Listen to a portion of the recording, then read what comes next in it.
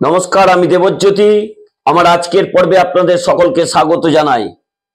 Medinipur medical कलेजे saline कांडे विस्फोरक तथ्य बेरिये आसछे, ताते एखोनो पर्यन्त परिष्कार ना हलेও सूत्र मार्फत बेश किछु तथ्य सामने एसेছে जा एक कथाय विस्फोरक। शुधु कि सैलाइनेर कारणेई এই পশুটির মৃত্যু হয়েছে? কারণ সেই ওয়ার্ডে আরো বেশ কয়েকজনের শরীরে এই আরএল স্যালাইনকে ব্যবহার করা হয়েছিল, কিন্তু তারা সুস্থ রয়েছেন। কারা অপারেশন করেছেন সেখানেই কিন্তু এই বিস্ফোরক বেশ কিছু তথ্য বেরিয়ে আসছে। অপারেশন করার কথা ছিল এই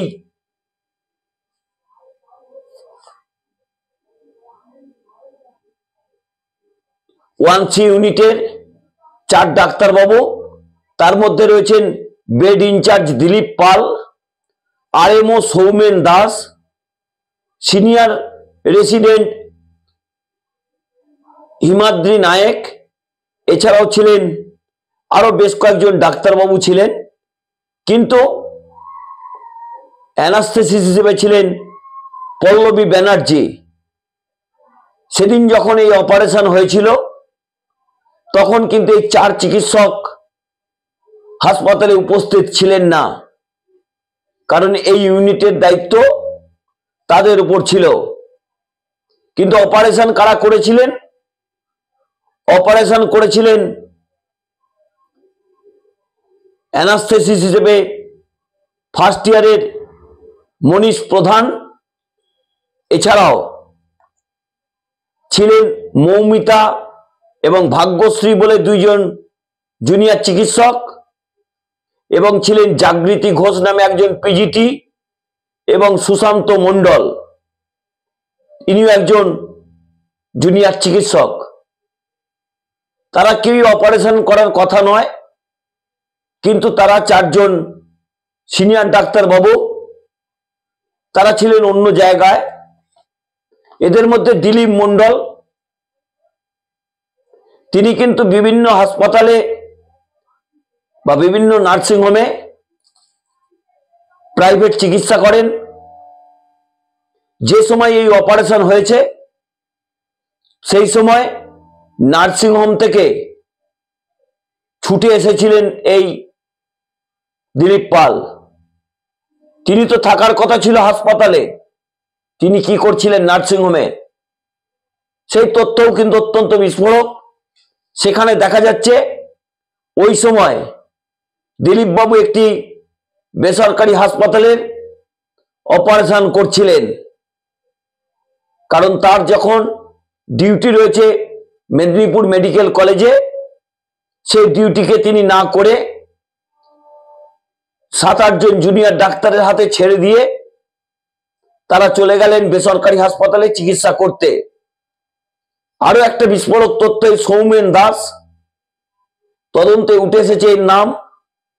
তিনি নাকি আরএমও, তিনি সেই সময় ঘুমাচ্ছিলেন যখন এই মামনি রুই দাসের মৃত্যু হয়েছে, তখন তিনি ছুটে এসেছিলেন, কিন্তু ততক্ষণে সব শেষ। অসুস্থ হয়ে পড়েছেন আরো 3 জন। তারা এই মুহূর্তে এসএসকেএম হাসপাতালে মৃত্যুর সঙ্গে পাঞ্জা লড়ছেন। এই জুনিয়র চিকিৎসকেরা কে? আপনারা একটু পিছনের দিকে ঘুরে তাকালে বুঝতে পারবেন। মেদিনীপুর মেডিকেল কলেজের যে কর্মবিরতি চলছিল সেই কর্মবিরতিতে ছিলেন এই জুনিয়র চিকিৎসকেরা, তাই তারা ডাক্তার হয়ে গেছেন। তারা ডাক্তার হওয়ার কথা নয়, বিপ্লবী নেতা হওয়ার কথা, কিন্তু তারা একেবারে সিনিয়র ডাক্তারদের জায়গায় অপারেশন থিয়েটারে ঢুকে পড়লেন, ঢুকে অপারেশন করতে শুরু করলেন। এতেই যথেষ্ট বুক ফেটেছে এই জুনিয়র চিকিৎসকদের, নতুন তৈরি হওয়া নেতা দেবাশিস হালদারদের, অনিকেত মাহাতোদের, কিঞ্জল নন্দদের বুক ফেটেছে। তারা কখনো স্বাস্থ্য ভবনে যাচ্ছেন, কখনো এসএসকেএম হাসপাতালে যাচ্ছেন, এতই তাদের সেবা পরম ধর্ম বলতে চাইছেন। এই যে গাফিলতি, যে সিআইডি তদন্ত করছেন, সেখানে কিন্তু এই যে সিনিয়র চিকিৎসক যারা 4-5 জন ডিউটি থাকা সত্ত্বেও বাইরে প্র্যাকটিস করছিলেন, তাদের কপালে কিন্তু বড়সড় দুঃখ রয়েছে। কারণ যে দুদিক থেকে তদন্ত চলছে, একদিক থেকে স্বাস্থ্য দপ্তর যেমন তদন্ত করছেন, তেমনি কিন্তু সিআইডির পক্ষ থেকেও তদন্ত করা হচ্ছে। যেসব নার্সিংহোমে তারা চিকিৎসা করছিলেন, বিশেষ করে দিলীপ পাল যেখানে চিকিৎসা করছিলেন, সেই নার্সিংহোমের কর্তাদের সঙ্গে কথা বলেছেন তদন্তকারী অফিসাররা। এছাড়াও এসএসকেএম হাসপাতালের রোগীর পরিবারের সঙ্গে তারা কথা বলেছেন।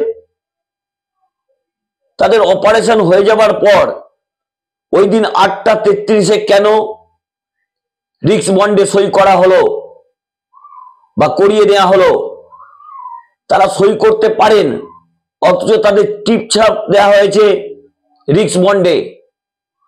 কেন এই ঘটনা ঘটালেন এই জুনিয়র চিকিৎসকেরা? যখন রাজ্যের স্বাস্থ্য ব্যবস্থাকে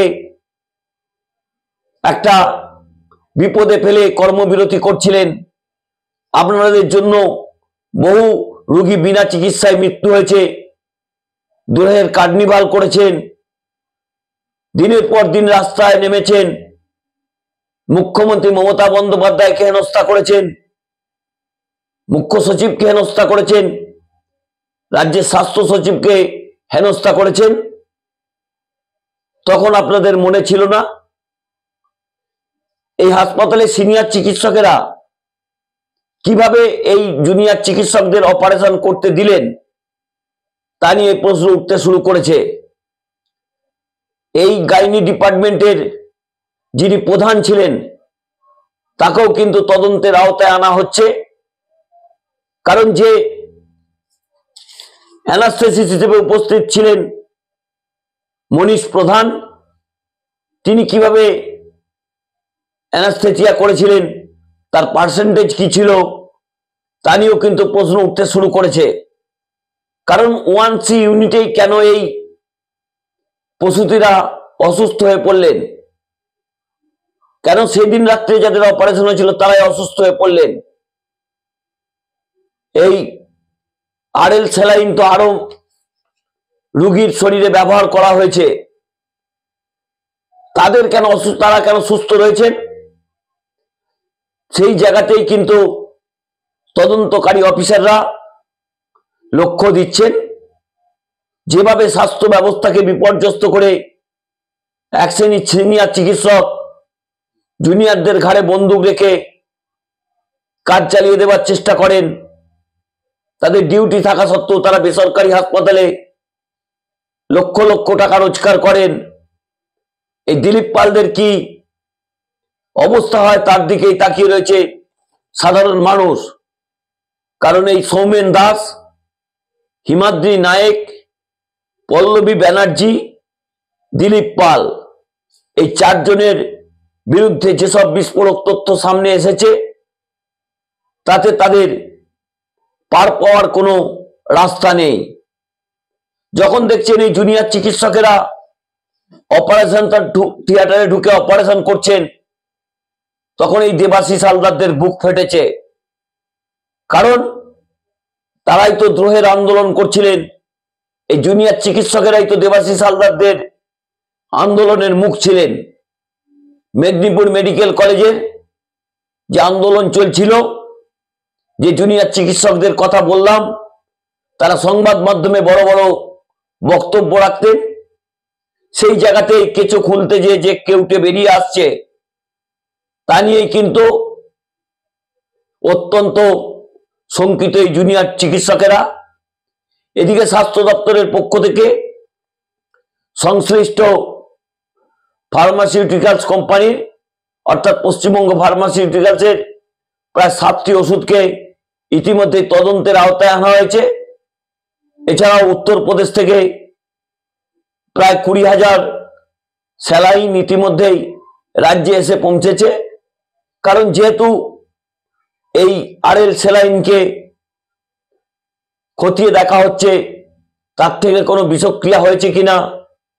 শুধুমাত্র এ রাজ্যে নয়, অন্য রাজ্যেও কিন্তু ল্যাবে পাঠানো হয়েছে এই আরএল স্যালাইন। সেখান থেকেই সত্য হয়তো উদ্ঘাটন হবে। কিন্তু এই সিনিয়র চিকিৎসকদের, যাদের গাফিলতির কারণে এই মামনি রুইদাসদের মৃত্যু হয়েছে, বা বাকি আরো 3 জন যেভাবে মৃত্যুর সঙ্গে পাঞ্জা লড়ছেন, তাদের দায় কে নেবেন? নমস্কার, আমি দেবজ্যোতি। আমার এই পর্বটি ভালো লাগলে চ্যানেলটি সাবস্ক্রাইব করে বেল আইকনটি ক্লিক করে আমার পাশে থাকবেন। শুভরাত্রি।